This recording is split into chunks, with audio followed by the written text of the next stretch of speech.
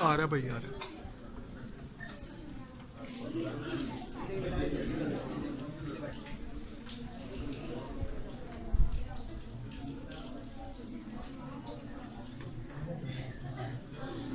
अब इंशाल्लाह बकिया प्रोग्राम नमाज के बाद होगा और मैं अजान के लिए इस इदारा के नन्हे मुन्ने तालिब इल्म अब्दुल्ला अहमद को कहता हूँ कि वो आए स्टेज पर और अजान दें।